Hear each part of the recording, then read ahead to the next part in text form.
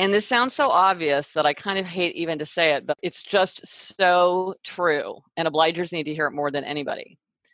If you do not want to do something, if you feel that you should not have to load the dishwasher, or you feel that you should not have to mow the yard, or you feel that you should not have to pick up wet towels off of a child's bed and put them on the rack, don't do it. You're listening to the Mindful Mama podcast, episode 136. Today, we're talking to Gretchen Rubin about how to be happier. Welcome to the Mindful Mama podcast. Here, it's about becoming a less irritable, more joyful parent.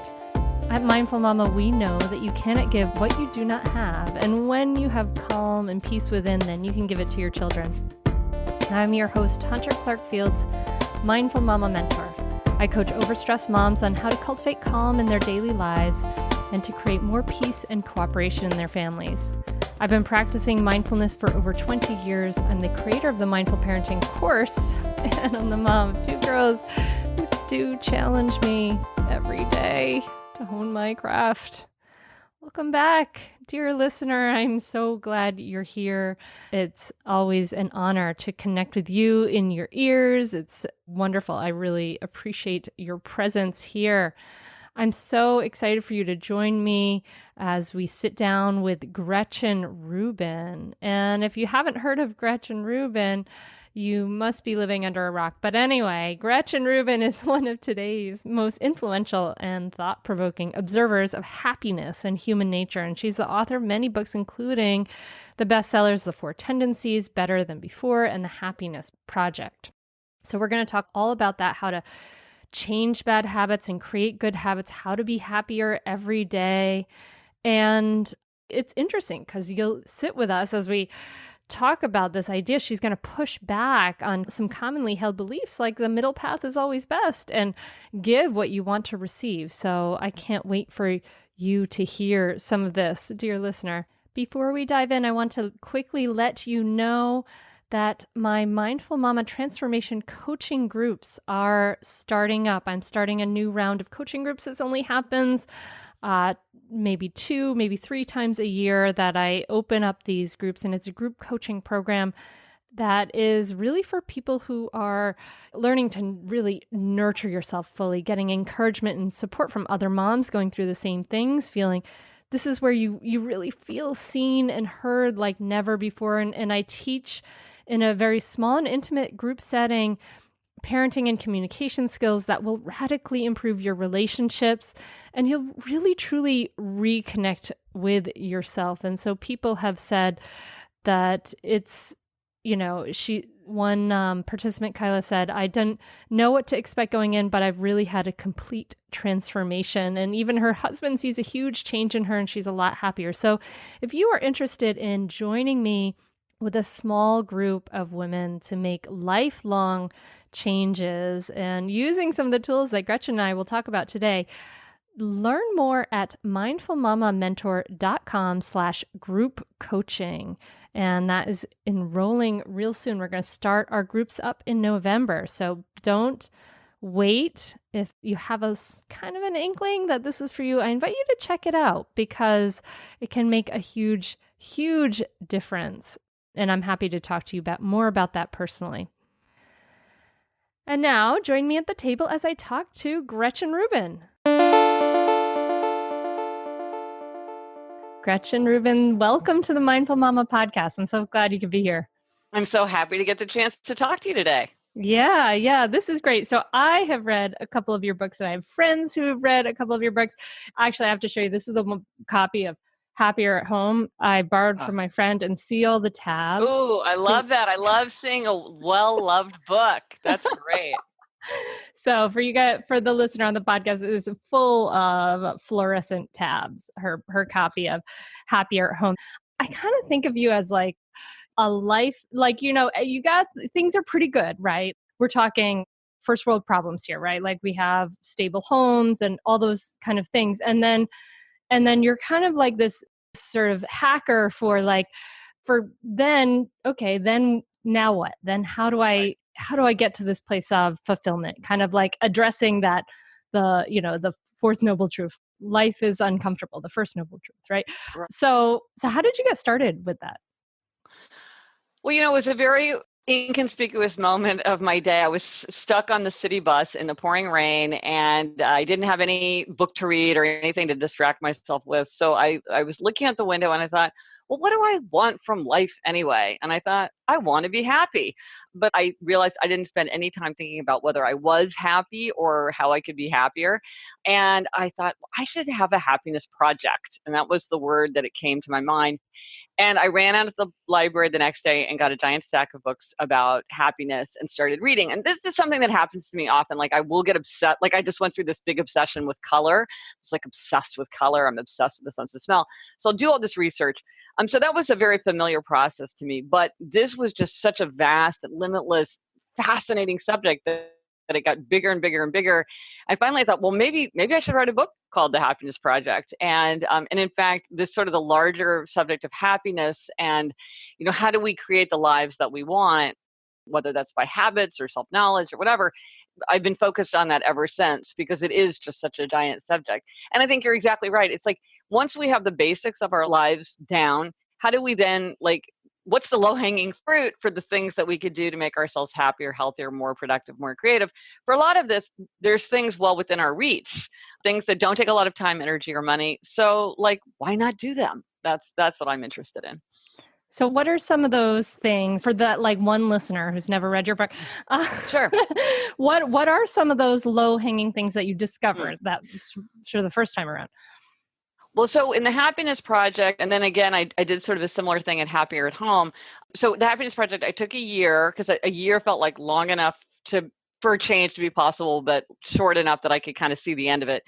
And for each month, I came up with a theme of something that I thought would be important to boosting my happiness. So it might have been energy, parenting, marriage, friendship, work, things like that, transcendence.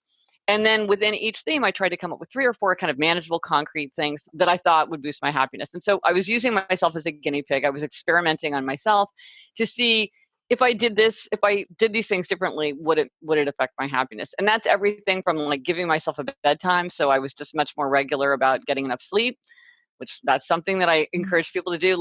And even put it on your, give yourself an alarm that goes off at 10:30 or at 11 or whatever. And this is your bedtime. You're up past your bedtime. You need a bedtime, just like your 6-year-old. And then things and this was from Happier at Home, I think. And this was one of the rare ideas where we did it as a family. Almost all of my stuff is things that I could do just by myself, because if you wait around for other people to cooperate, you can be waiting a long time. But this was one that we did as a family, which was that we agreed that we would give warm hellos and goodbyes every time somebody came and went. So my husband just left for work not too long ago. So he calls to me, and then I actually go to him and give him a hug and a kiss before he leaves for the day. This is a very small thing, but it dramatically changes the environment, the atmosphere of your household, because it just feels so much more attentive and loving than people just yelling out, goodbye or hello, or, barely, grunting as they look up from their homework or whatever. Those are some things. Well, let me stop you there for a second, because I'm really interested in this idea of giving warm hellos and goodbyes. I mean, it's that practice. Happiness is the way, right? That's what Han says. Happiness is the way. You have girls, right? You have kids. How old are they? How did you convince them to give warm hellos and goodbyes? Because I know I have an 11-year-old. I give her warm goodbyes often, and sometimes her hug is it's just the shoulder in the kind of thing. So how did you convince your kids? Well, it's interesting. Everybody was really on board with it right away, which I would have backed down if they had not wanted to do it. But they all sort of got it, that it's just it's kind of a lonely feeling when you come in or out of your house and no one even seems to care. I mean, at the time that we did it, we didn't have a dog. Now I have a dog, and you realize one of the reasons that people love to have a dog is your dog is so excited to see you come through the door. You get the big hello. They really notice that you've crossed the threshold. And there's just something really nice about that. And so, I mean, you might just say to your 11-year-old, why don't we try this? And the fact is, and this is true for the Happiness Project generally, you've got to do it for yourself. And you've got to do it on your own. And if you wait around for other people to cooperate or to appreciate what you're doing or to remark on it or even to notice what you're doing, I realized I was going to set myself up for disappointment and resentment. I do these things because that's what I want. I do it because this is the way I want my life to be. And if other people don't want to do it, then that's for them to decide. And it seems like, I would love to do a happiness project when I was explaining to other people like what they need to do right and that would make me happier. You don't get to do that. You don't get to give homework. But what I also found, especially for something like this, is that when I change, a relationship changes. And when I change, the atmosphere of my house changes. And what you see is that if one person is consistently giving a very enthusiastic hello or goodbye, people adapt to that and they start to expect it. And I mean, I wonder if your child, like if you all of a sudden stop doing that, if your child would sort of start to hang around and kind of wait, because even if they're very grudging about it, maybe it's more important than you might think. Because people do want that moment of kind of recognition, I think. But I think you're right. You don't wait for other people to cooperate because they very well may not. So kind of like give what you want to receive. Like, so if your family was not on board. I would be cautioning about that even, because if you give what you want to receive, then you're expecting people to respond a certain way. Yeah. Giving is a form of neediness at times. I'm going to make a wonderful dinner for you because what I want is for you to praise me. Okay, make a wonderful dinner because you love to cook. Yeah. Clean up the kitchen because you like a clean kitchen. Yeah. Give a loving hello because that's the kind of person that you are. If you're saying like I'm giving because that's what I want to receive, you may not get it back, and that's a recipe for resentment. Yeah, absolutely. All right, cool. So you're giving your warm hellos, your goodbyes, this low hanging fruit, getting enough sleep. So you're kind of saying like you have to mother yourself. Like I'm sure we'll get into the four tendencies and how do we get ourselves to like do these and change these habits. But first, give me a few more of those low hanging fruit that helped for you. This isn't actually in the book. It's an idea that came to me later as part of the Happier podcast, because I have this podcast with my sister. And this was actually an idea that came from my mother, but we talked about it on the podcast, and I've heard from so many people that this has been a really powerful idea for them. And this is the idea of what we call update. So this is what you do for I do this with my mother, my father, and my sister. We're, kind of my nuclear family. We will do periodically, like every week or 10 days, we send an email to all four of us that's called update, and the motto of update is it's okay to be boring, and you write about the most mundane things in your life, like I'm going to get my hair cut, I'm off to the dentist, Barnaby threw up this morning, whatever it is. And the idea is, because my mother had remarked, when you see people all the time, you have a lot to talk about. And when you see people less often, you often are like, how are you? I'm fine. How are you? I'm fine too. You don't have enough to talk about. And this was like, let's just really be connected in the day to day. There's a lot about the University of Nebraska football team for my father, because that's what's on his mind. And what it really does, and so many people have reported the same thing, it just makes you feel much more connected to each other because you know about those boring little details. And then when you talk to each other, you're like, oh, whatever happened with that? And oh yeah, like you just feel much more connected. And it's and we don't answer them, so they don't create work. And you don't have to craft something thoughtful or funny or interesting. It's really literally like, what is the most boring thing going on in your day? And it really, really changes the way that people feel toward each other and how close they feel toward each other, because they feel that daily connection. Another great thing, a lot of people have talked about, and actually this is a theme I have a book coming out in March 2019, which is called Outer Order, Inner Calm, which is all about the idea that for most of us, outer order contributes to a sense of inner calm. And this is the 1 minute rule. Anything you can do in less than a minute, do without delay.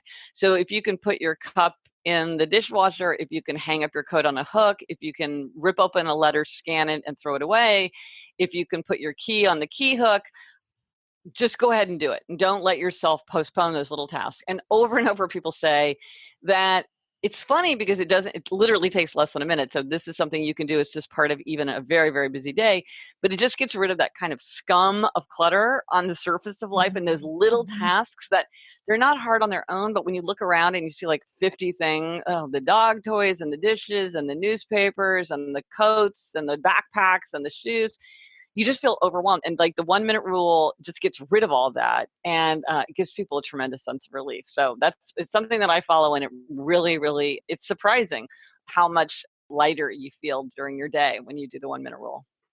We definitely are like a simplified household. My husband, he would live like in a Japanese home with like tatami mats that you Yes. tuck away, like it'd be good. Yeah. But I kind of come from a house of like eclectic clutter, so Yeah. we're meeting in the middle.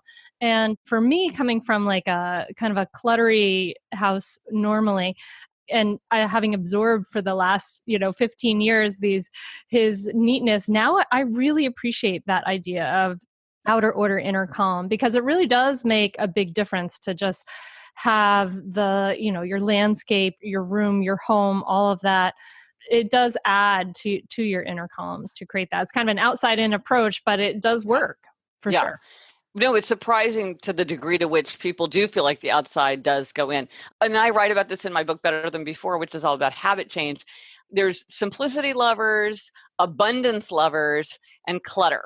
And sometimes simplicity lovers think that abundance lovers are cluttered, but I think there's a difference. So a simplicity lover, I'm a simplicity lover as well. So I like bare surfaces and empty shelves, and I don't like a lot going on, and I like one of something.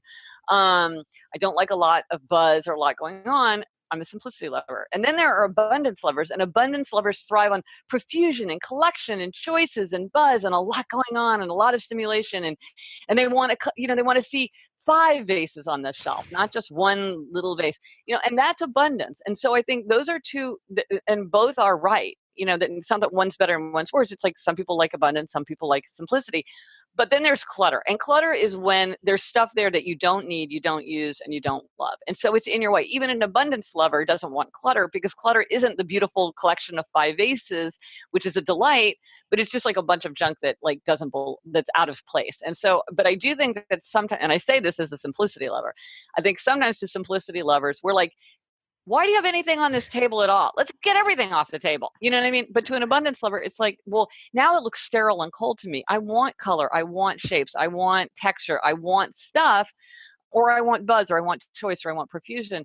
But abundance is not the same thing as clutter. Well, I really appreciate you clarifying that, because it feels like sometimes there's this push and pull between like just simplify, simplify, simplify. And that's actually something that we teach in the mindful parenting course that I teach. We teach, simplify your kind of your schedule and your stuff, and that can help reduce stress for your kids and yourself in the But yeah, it's like it's the middle path, right? It's not like you can decide you have to be simple and that's the only way to be happy. So I appreciate you kind of clarifying that. That's beautiful. So you wrote a lot about the way we change habits.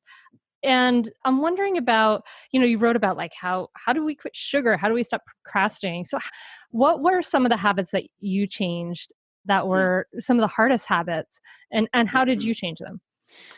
So in my book, Better Than Before, I really focus on the 21 strategies that we can use to make or break our habits. And the funny thing that I learned from writing that book, and this was something that like now looking back at my books, The Happiness Project and Happier at Home, I see, which is that I don't struggle that much with habit change.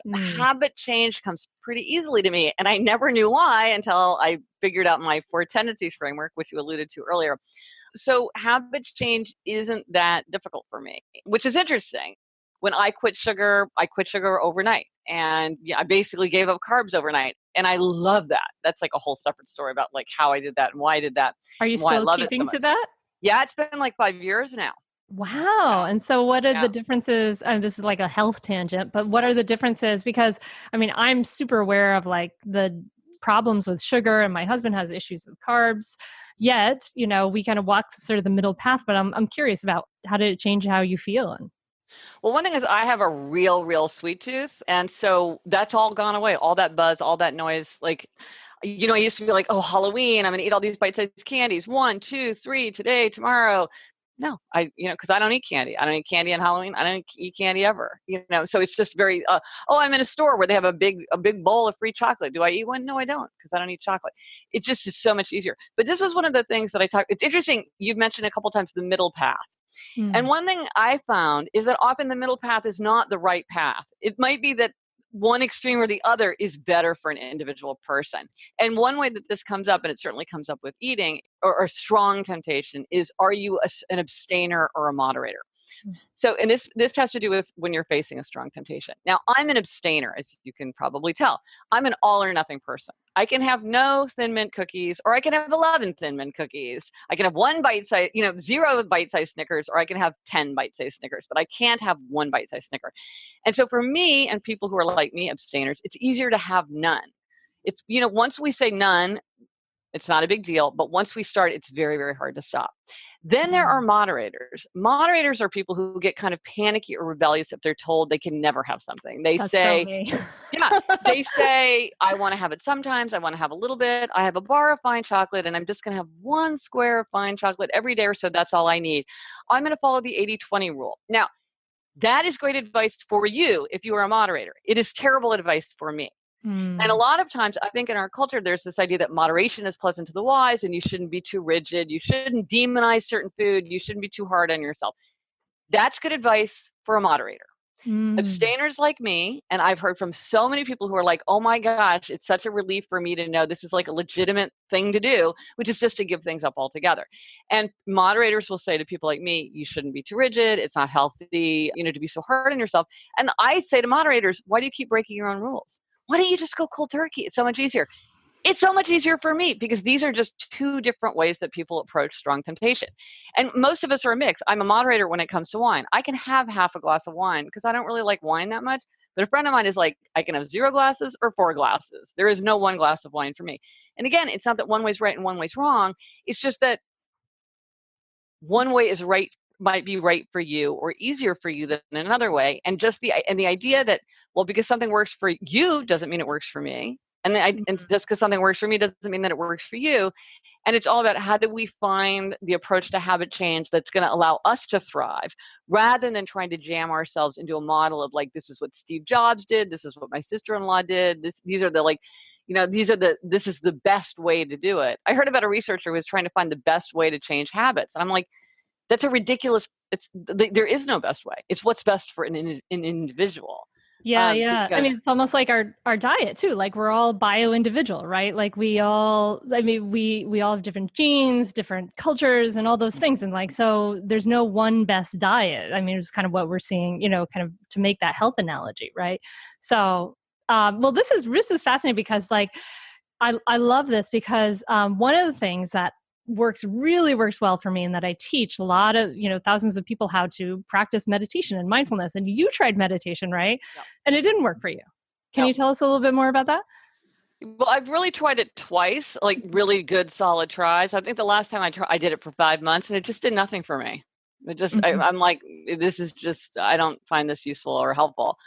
Because I'm really good at making habits. It was like I actually had to break the habit of meditating. So it wasn't the habit of meditating that was hard for me. I think a lot of people like to meditate, want to meditate, and they find it hard to do it. I did not find it hard to be doing it. I just didn't find it useful for me. And again, I think I'm not surprised by that because I think everybody's different, and the challenge is to find like, well, what's true for me, what works for me, not to beat myself up if something doesn't work for me. Yeah. So I love this idea of the abstainers and the moderators. And so, listener, I invite you to think about like, what are you and what areas are you abstainer or a moderator? Like maybe it'd be better for you to just go cold turkey on certain things rather than that middle path. So through this work of this noticing, like, this is how we change, these are habits, this is how we change habits. And wow, actually it's pretty easy for me to change habits. Is that how you discovered the Four Tendencies? Yes. Yeah. No, because one of the things was people would say to me things like when I went after the Happiness Project and Happier at Home, they would say, well, how did you get yourself to do these things? And I said, well, these were things that I figured would make me happier. And so I decided to do them. And then they did make me happier. So I kept doing them. And they would look very puzzled and they would say, but how did you get yourself to do them? And I was like, I don't understand. What's the question? And then there were other patterns that I started to see. Like a friend of mine, this was like, hit me like a ton of bricks. A friend of mine said, I know I would be happier if I exercised. And the weird thing is when I was in high school, I was on the track team and I never missed track practice. So why can't I go running now? And I thought, well, why? It's the same person. It's the same behavior. At one time, she had no trouble doing it. Now she's really struggling. How do you explain that?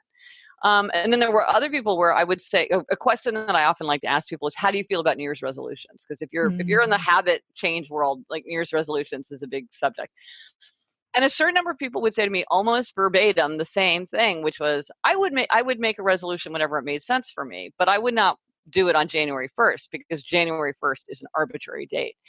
And I thought, well, that's interesting because the arbitrariness of it never really bothered me, but like clearly to some, like this one group of people, that is like very, very significant. So I was trying to figure out all these patterns. And that is what finally, in this kind of glorious epiphany at this very desk that I sit at right now, I realized, I saw how the four tendencies fit together and what the significance of these patterns was. And it's about how we make changes in our life and things like that. And of course, I have done your quiz. Ooh, can I guess what you are? Yeah. Guess what I am. I'm guessing you're an obliger. No. No. No. Well, what I'm are a you? questioner. You're a questioner. Interesting. Yes, okay. I'm a questioner. No. You mentioned self-care. That's what tipped me off. It's like that's usually a sign of obligers, but you may have many obligers that you work with. And so that's why you brought it up, is because you work with many people who raise that. Yeah, actually it's true. Yeah. Self-care comes easily to me. That's something that people ask me about all the time, that I had to be like, wait, okay, well, what do I do? And why is this important to me? And, this was something I really had to think about and figure out, just like you with this kind of thing. So self-care is an obliger problem. Upholders do not have that problem. Questioners do not have that problem. And rebels do not have that problem. I mean, they might slightly have that problem if they're like super overtaxed in their lives and they just really don't have enough time.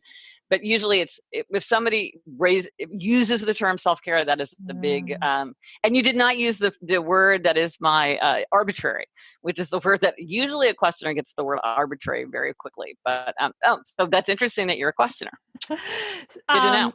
Yeah. So, but I'd love for you to explain, of course, what each one is, but I think I have a friend who is a big fan of yours.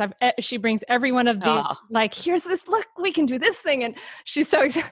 Anyway, she has told me recently, she said that most people are obligers. Is that true? It's not most people. It's the largest tendency for both men and women, but it's not more than 50%. Okay. So a lot, it's the largest tendency. Okay. So what are the four tendencies? So okay. So the tendency, you're either an upholder, a questioner, an obliger, or a rebel. And what this is how you respond to expectations, which sounds really boring, but is actually quite interesting and significant. So we all face two kinds of expectations, outer expectations, like a work deadline or a request from a friend. And then inner expectations, my own desire to keep a New Year's resolution, my own desire to get back into practicing guitar.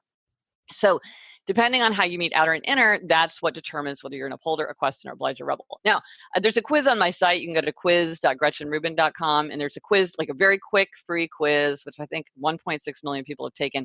But most people don't even need to take the quiz. They can just listen to the description I'm going to give, and they know what they are. So upholders readily meet outer and inner expectations. They meet the work deadline. They keep the New Year's resolution without much fuss. They want to know what other people expect of them, but their expectations for themselves are just as important or more important. So is that you? You're an upholder? Me. I'm an upholder, right? Which is why I say I have a pretty easy time forming habits. It's easier. I'm not saying it's easy, but it's easier typically for upholders. Then there are questioners like you. Questioners question all expectations. They'll do something if they believe it makes sense. They resist anything arbitrary or inefficient or unjustified. They always want to know why. So they're making everything an inner expectation. If an expectation meets their inner standard for making sense, they'll do it no problem. If it fails their standard, they will push back. Yes. Then there are obligers. As we were saying, this is the one that the largest number of people belong to. Obligers readily meet outer expectations, but they struggle to meet inner expectations. So this is my friend on the track team, right? That's the pattern. When she had a team and a coach waiting for her, she didn't have any trouble showing up. But when she was trying to go running on her own, she struggled. And this is why obligers have trouble with self-care, because they're meeting all the outer expectations that are coming their way. But when they have an inner expectation, like, I should read more, or I should, make time for meditation, because that's an inner expectation, it's a challenge. And so the answer, like, big reveal here, for if you are an obliger and you want to meet an inner expectation, you have to have outer accountability. That's what works for obligers. And we should probably talk about that more because that's a really, really big idea. If you're an obliger and you can't meet an inner expectation, which is the definition of an obliger, give yourself outer accountability, and you will, if you want to read more, join a book group. That's how it works. And then finally, rebels. Rebels resist all expectations, outer and inner alike. They want to do what they want to do in their own way, in their own time. And they can do anything they want to do. They can do anything they choose to do. But if you ask or tell them to do something, they're very likely to resist. And often they don't want to tell themselves what to do. Like they don't want to sign up for a 10 a.m. yoga class on Saturdays because they don't know what they're going to want to do on Saturday morning. And just the idea that someone's expecting them to show up is going to annoy them. And that is the smallest group. Rebel is the smallest, and then my group, my tendency, the upholder tendency, is only slightly larger. Those are the two kind of extreme personality types, and they're pretty small. People, it's much more likely that people are questioners or obligers. So it's almost like the vast, it's almost like a spectrum, like where you meet your inner expectations or you meet outer expectations, and you kind of fall sort of on one side of that or the other is kind of what I'm getting from this. Well, yeah. And within it, like each tendency overlaps with the other two other tendencies. And so you kind of, that also, you're sort of, you said like a spectrum, it's kind of a range. So you're a questioner. So in some ways, questioners are like upholders because they both readily meet inner expectations. So you could be a questioner who tips to upholder, which is what my husband is. Or you can be a questioner who tips to rebels because questioners and rebels both resist outer expectations. That's what Steve Jobs was. He was a questioner who tipped to rebel. He wanted to know what was justified, and he would be convinced by that, but it was very hard because his impulse to push back was because he tapped into that rebel side of him. So it's like which way you tip also influences how your tendency comes up. I'm an upholder who tips to questioner, so my upholderness comes out in a slightly different way from an upholder who tips to obliger, but we're still both upholders. So when we think about how when we're thinking like, okay, I want to go get enough sleep. I want to maybe do that update thing. I want to give warm hellos and goodbyes. I want to do these things that make me happy. We have to kind of take 3 steps back and say, but how do I get things done? How do I respond to expectations? And then say, okay, then how can I do it? What can I do? I mean, it's interesting because I have a book club and, And I guess I could probably see like from who reads the book, who's the holder, right? Or who's the obliger and who isn't, right? Because who reads the book. So obligers, I'm sure there are a lot of obligers listening who want to start some habits, and especially moms, because there's so many of us, we get this kind of like mommy martyr thing kind of pushed down our throats, like, oh, you're a good mom if you are self-sacrificing and you do everything for kids. But what we talk a lot about here on the Mindful Mama podcast is like, you're not great for anybody if you're not taking care of yourself, if your in your cup isn't full, if you're actually not making yourself your number one priority. So that is an obliger argument. Right there is an obliger argument, because what you're saying is you must take care of yourself in order to be able to serve others more effectively. Now, to me as an upholder, that is not a convincing argument. I take care of myself because I want to take care of myself. And I remember another thing that when I was coming up with the Four Tendencies, I had this very interesting discussion with a journalist who was a questioner like you. And she said, now, why is it that busy moms like us can't take time for ourselves? And I said, well, actually, I don't have any trouble taking time for myself. And she said, neither do I. And I was like, okay, well, why is there this idea that busy moms have trouble taking care of themselves? It's because obliger is a large tendency. It's a big group of people. So a lot of people feel like this. And a lot of people are like, doesn't everybody feel like this? And then there's a lot of people saying like, yeah, I feel the same way. But not everybody does feel that way. And so it's important to realize like, I'm experiencing this and that's completely legitimate and it's something to address. But it's not inherent in the situation. Part of it is my nature, which is coming up in the circumstance. And the answer, the solution for an obliger who feels that way, and there are many, many, many of them out there, is outer accountability. If you want to go to bed on time, do not try to work on your inner motivation. Do not try to make yourself the priority. Do not try to get more motivated. Give yourself some form of outer accountability. Like you could tell your kids that they can stay awake as long as you're awake. and they can only go to bed but they don't have to go to bed until you go to bed. Well, you're going to go to bed a lot earlier, right? Okay, now that's not going to work if your kid has a 7 p.m. bedtime. But if you had an older child, that could work.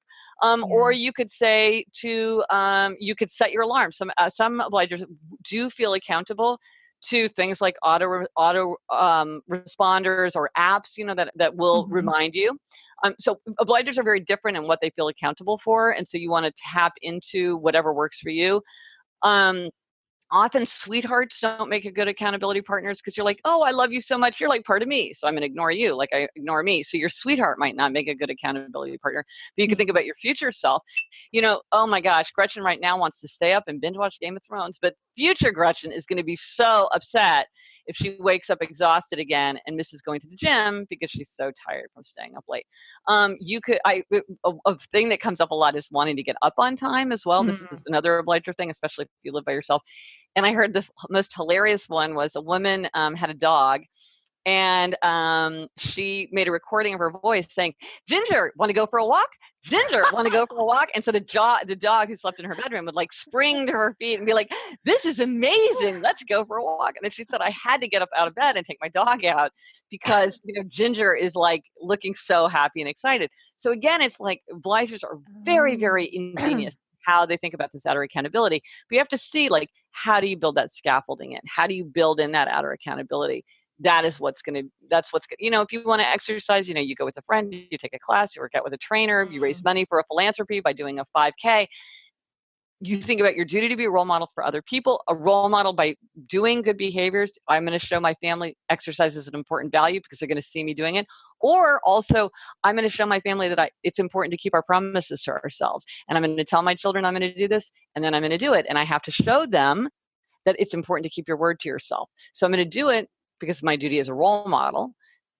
Otherwise, maybe I would be tempted to blow it off. But we all know that really does matter. People really are influenced by the way people in their household behave, like to a crazy degree. If you live in a healthy way, you're much more likely to, create an atmosphere where other people will make healthy choices as well. If you give up sugar, the other people in your house will probably start eating. This is what happened to me. My family didn't decide to quit sugar or give up carbs, but over time, they started eating a lot less. Because if one person in your house doesn't eat carbs, it's like it changes things. So again, sometimes you can change things by changing yourself. You can change, more people than yourself just by working on yourself.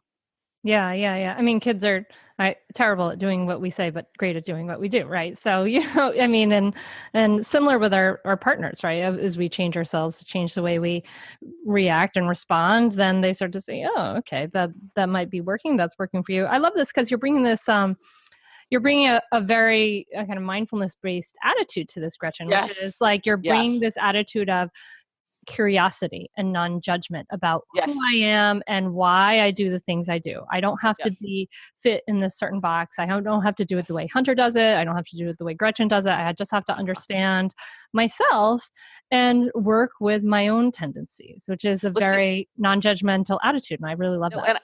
And I think that term non-judgmental is so important because when I talk to people about habits or happiness, a lot of times people are really caught in this like self-loathing, or they're like, I have no willpower, I have no self-control, I'm not a real grown-up.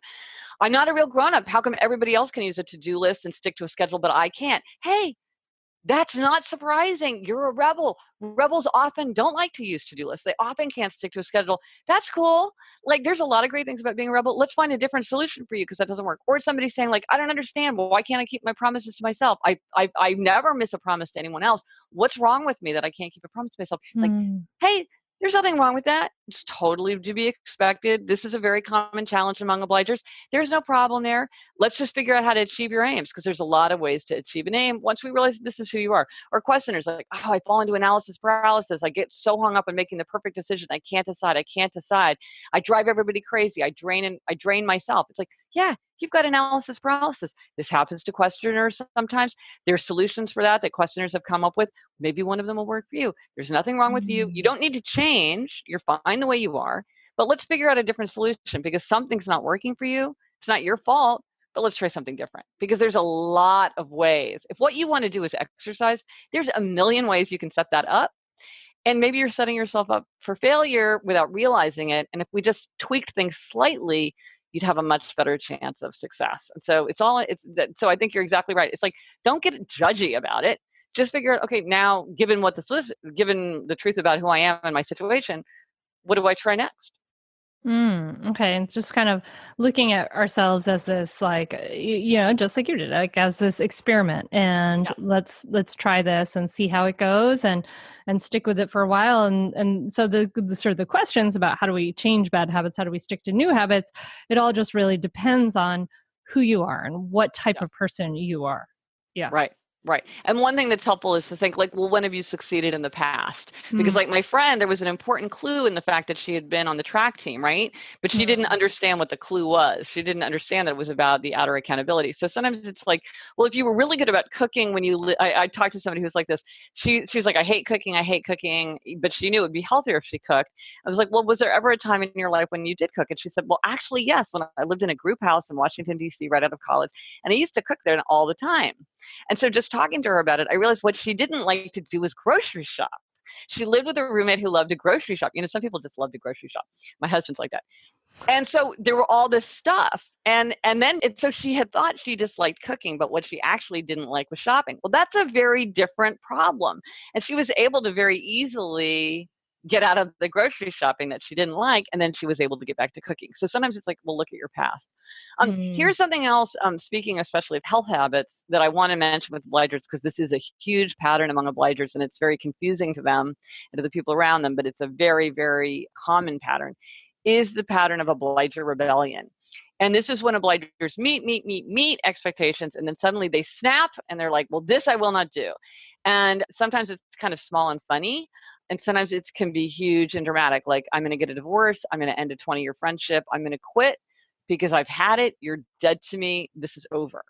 And it's meant to help obligers by blowing up a situation. Like, I can't stand this workplace anymore, it's so unfair, I'm being so taken advantage of, I'm just going to quit and let the chips fall where they may. It's meant to help them, but it can be very destructive because it's kind of out of control and it's sudden.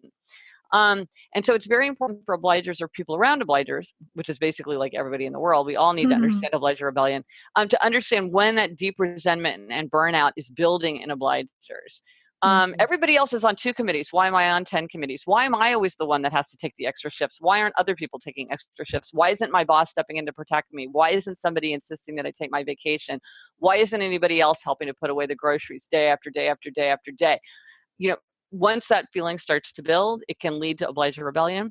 Also, often obliger rebellion takes the form of health behaviors. With everything that everybody's asking me, how could you possibly expect me to exercise? With a boss like mine, there's no way I could eat healthfully, right? mm, Because the rebellion is turned to the inside. And when you hear it in the obligers, that anger, that resentment, that feeling that things aren't fair, that they're being exploited or taken advantage of, that's not good. We all mm. want to make sure, don't take advantage of the obligers. They're the rock of the world. They feel like they're being taken advantage of, and they are. Obligers, you are being taken advantage of, because upholders, questioners, and rebels, we go right to you because you are the one who's most likely to help a friend or help a colleague. Um, Yeah, I'm thinking but about like we the got to keep things fair. school volunteer There you go. requests. Oy There you vey. go. There's There you so go. many, it gets crazy. And then Yes. I'm thinking, who does this? I feel like Yes. moms are like this like crazy unpaid workforce Right. for like the school system, the public schools, private schools alike. And that's something I give my clients permission to do. Like, you don't have to say yes to those things. Like, you don't have to. You can say no to those things. But And so maybe you should. I'm telling you, you should. Right, right. Well, so you could be holding them accountable, but Mhm. there's other things that obligers Yeah. can use in exactly that situation, because as you can imagine, that Mhm. very situation comes up a lot for Yeah, I obligers. bet. They often find it hard to draw boundaries or to say no. Now, I have to say, typically a questioner, or upholder, or rebel would say like, well, I don't get it. If you didn't want to do it, why did you sign up? Yep. Why are you doing it if you didn't want to do it? I don't understand why you're complaining, because you're the one who signed up. And it's like they don't understand the weight the obliger feels. So what an obliger can do is set up like a counterbalance of accountability. So you could say something like, If I say yes to you, I'm going to have to say no to somebody else, like my family. And it's really important to my family that I'm there for dinner every night. So I have to say no to you so I can say yes to them. So that's like saying one way somebody is going to be disappointed. I have to disappoint someone's expectations. Who do I choose? That's back to your idea of mindfulness. I'm going to choose to say yes to the people that I want to say yes to. Or sometimes it's about drawing boundaries kind of in advance, and maybe you even need to talk it over with a friend or somebody else who's going to help you like feel good about it. But you could say something like, if I volunteer for more than 2 committees during the school year, I'm going to feel overwhelmed, and I'm going to have to I'm going to feel like I'm going to lose my patience. I'm not going to do as good a job. It's going to be too much for me given all the other expectations I need to meet. So I'm going to say 2 and 2 only, and I'm going to decide that in advance. And then I'm going to tell my sister, my best friend, my husband, my kids, these are the 2 that I'm doing. Or you can always like call a friend and say like, they're telling, I'm getting a lot of pressure from the school, to do this again. Do you think I have to say yes? And just call in a polder requester or a rebel, and they will say to you, why would you? I do that all the time. I call my husband and I say, do I have to do this? And he's like, why would you do that? And I'm like, why would I do that? Sometimes you need to hear it from somebody else. Or if you were advising a friend, imagine yourself in the third person. If a friend called you and said, I'm on 6 committees and I've done it every year, and I've been head of the book fair every year for the last 7 years, and they really want me to do it again. Do you think I have to do it again? Your friend's going to say, no. And sometimes for an obliger, even imagining themselves advising some beloved person lets them say, yeah, you can say no. You need to say no. So one of the questions I get a lot is about like chores and how do we get our kids to like sort of do chores and things like that. And part of it, like kind of from what I'm getting from you here, is this inner work of saying, when I say yes to doing all the things for my child or children, maybe making that argument to ourselves, like when I say yes to doing all these things for my child, I'm saying no to them being capable and having, resilience and life skills and all of those things. So, yes. So that I am obliged to teach and help my kids to get their own stuff done rather than just put away the dishes myself, which would take 3 minutes. So what the ruse, and again, this doesn't appeal to me because I'm an upholder, but this is something that many obligers have said to me. I'm training my child because I don't want my child to go and be the horrible college roommate. I've heard this dozens of times. And I'm like, that's so funny because I never thought about my daughter as a future college roommate. Like that future never occurred to me. But many obligers are like, well, you have to train them to pick up after themselves and do dishes and how to do their own laundry, because what if they're going to be this horrible college roommate? This seems to be a very, very compelling argument. So that's a reason, and it's very true. You're going to be a much better spouse if you learn how to pick up after yourself, So you're exactly right. Think about that outer accountability. But here's the other thing, and I mean, this is kind of a side note. This is about shared work and chores and stuff. And this sounds so obvious that I kind of hate even to say it, but it's just so true. And obligers need to hear it more than anybody. If you do not want to do something, if you feel that you should not have to load the dishwasher, or you feel that you should not have to mow the yard, or you feel that you should not have to pick up wet towels off of a child's bed and put them on the rack, don't do it. Amen. Don't do it. If you do it, this is a situation that works great for everybody other than you, because the work is getting done. Don't do it. And the fact is, a lot of times obligers feel like, oh, I've been making coffee in the office for a month now. Doesn't everybody feel like they ought to take their turn? No, they don't, because you've been doing it for a month. They probably think it's your job, or maybe they think you enjoy it, or maybe it never even occurs to them to wonder who makes the coffee. They think the office elves make the coffee. Who can know? They got other things on their mind. They got other things on their mind. So the idea that other people are like kind of keeping track and feel guilty, or like feel like they're going to have to step in and relieve you, or that they're ever going to think about that wet towel again if it disappears into the bathroom, they never will. You got to just let the things go undone. Now, this is harder. This is easier said than done. I recognize it. And you might say like, well, it's one thing to have the wet towels on my child's bed, but my husband leaves the wet towels on my bed. That's making my bed wet. And it's like, well, either you figure out a way to get him to do it, or you do it yourself, or you suffer the consequences. Those are the 3 choices.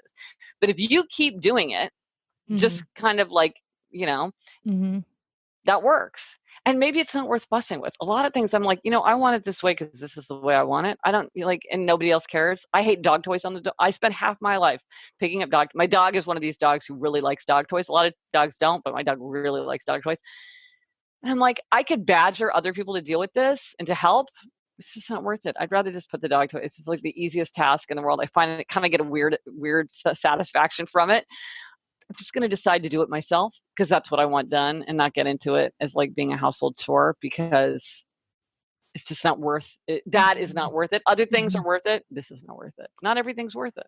And so this is beautiful because, again, you're asking people to take a step back and have that self-awareness and practice that self-awareness to say, all right, these are my three choices. That's maybe you have to have that conversation. That's where the skillful communication comes in that we talk about a lot here. And then knowing myself, this matters to me. This doesn't matter to anyone else. Like this is that self-knowledge. Like just have these clarity to make these choices. And then when we can make the choices in clarity, then we can let go of a lot of the resentment, which the resentment is often like stories in our head, like what you're describing with this person in the office. These are stories in your head that you're making up that are not necessarily true, right? You can live without those stories. You have a whole, this is the thing that I realize so often. You think like you're in the center of like a whole thing and they're not even like, you have not even crossed their mind. Like it's not even on their radar. But the thing about mindfulness and like the clarity, I mean, an example that I love is like, does something even need to be done at all? Some things maybe don't need to be done at all. And there was a great example from a mother who was saying she had 5 kids and she was driven mad because her children would pull their jeans off and they would go inside out and her children would not take the time to like pull the jeans inside out. And she said, and the underpants stuck in the... she's like, I have 5 kids. I spend half my life turning things inside out. And then she said, finally, it occurred to me. I should just wash them inside out, put them in the drawer inside out. You can wear them inside out, or you could turn them right side in. Up to you. But you do it. One way or the other. I'm not doing that. You can do it. And it doesn't make any difference to the washing and putting away thing. And I was like, of course. It's like but they're never going to do it while you're doing it, like, because every time they reach for a pair of jeans, they're fine. Like, why would, they're just not going to change unless they're probably an upholder would do it just to be like, because that's the rule. But it's like, this is work that doesn't need to be done. You don't have to do this work. Or like a teacher emailed me saying, I spend so much time shredding my student essays and lesson plans. And I'm like, why are you shredding that? Like, this is not bank information. Like, there's no one out there like stealing the identity of your 3rd graders, like stories about their summer vacation. Like, that's not sensitive information. You don't need to shred that. Just put it in the recycling. It's like, that's just make work. You know what I mean? So part of it is like, why am I even doing this? Because sometimes it's like you get into these habits. It's like, you don't even need to do that at all. Amen. I love it. I love when people give permission to say, just don't even do it. Don't do it. I love that. So I think the listeners, hopefully having as many wonderful ahas here as I am. I'm really appreciating this. You should absolutely figure out, obviously, which tendency you are. Go take Gretchen's quiz. We'll link to it in the show notes. And I just want to say to you, I really appreciate your work. I appreciate your hacks, the way that you take some of the ideas, you take them to and say them in a way where it's really, people can hear it. And I think that's a beautiful gift that you have of making all these things kind of like down to earth and down to, and not taking kind of you take like these everyday things and you look at them in a beautiful way, elevating them, like these things, the way we live our everyday life matters. They say the way we live our everyday is the way we live our life, right? So, and that's kind of what I see you doing there with your work. So is there any words of wisdom you want to leave the listener with, or anything you're working on that you'd love to share with them? And of course, where can people find you? Please come to my website, GretchenRubin.com. And there's lots of resources there and discussion guides. And you can read about all my books about kind of happiness and good habits and human nature. And there's a lot of stuff there to help if you're trying to change a habit or whatever. And then I have my podcast, Happier with Gretchen Rubin, where my sister's an obliger. We talk about, and very messy. So we talk about like happiness and good habits and each week, and that's tons of fun. And my book, as I said, actually the 10th anniversary of the Happiness Project is coming out. That's an exciting milestone. Congratulations. For sure. Thank you. Yeah, it's hard to believe it's been 10 years. And then I have my book, Outer Order, Inner Calm, which is all about basically organization and decluttering. With your husband, it sounds like he's also like in that mode with me. That's coming out in March, and I'm really excited for that book because people just get so fired up about clutter clearing. It's kind of funny, like how it's so energizing. It just makes you feel like you could do anything. Cleaning out your coat closet, like why does that matter so much? And I love to engage with readers and listeners and viewers on social media. I'm everywhere as Gretchen Rubin. So I love hearing from people about their insights and observations and questions. So I got a ton of stuff out there if you're interested in happiness or human nature. Awesome. Awesome. Well, thank you, Gretchen. Again, I really appreciate your work and what you brought to the table. Lots of great stuff here. I hope that every listener, you go and figure out your tendency. Which one are you? And then let us know. And yeah, thank you so much for coming on the Mindful Mama podcast. Oh, I so enjoyed it. Thanks so much for having me on. Thank you so much for listening to the Mindful Mama podcast. I loved talking to Gretchen. I love her suggestion to make those easy changes first, going for the low-hanging fruit, and how to draw boundaries and when to simply just stop doing something. It's so beautiful. I love that so much. So please get in touch with me if you like this episode. Share the episode. Of course, subscribe to the podcast. This tribe is growing. We have had almost 200,000 downloads now. And I want to thank you for sharing it with your friends and sharing these episodes that mean a lot to you and reaching out to me and connecting with me over the episodes that mean a lot to you. That means so much to me. You have no idea. So it's awesome. So thank you for that. Reminder, I am enrolling my Mindful Mama transformation coaching groups. It's a small group coaching program for an intimate group of women.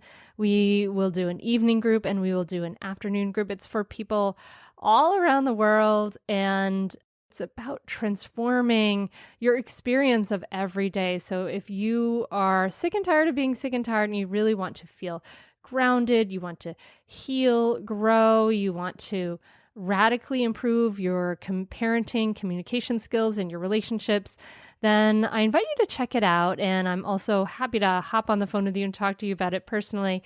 So do check it out at mindfulmamamentor.com/group coaching.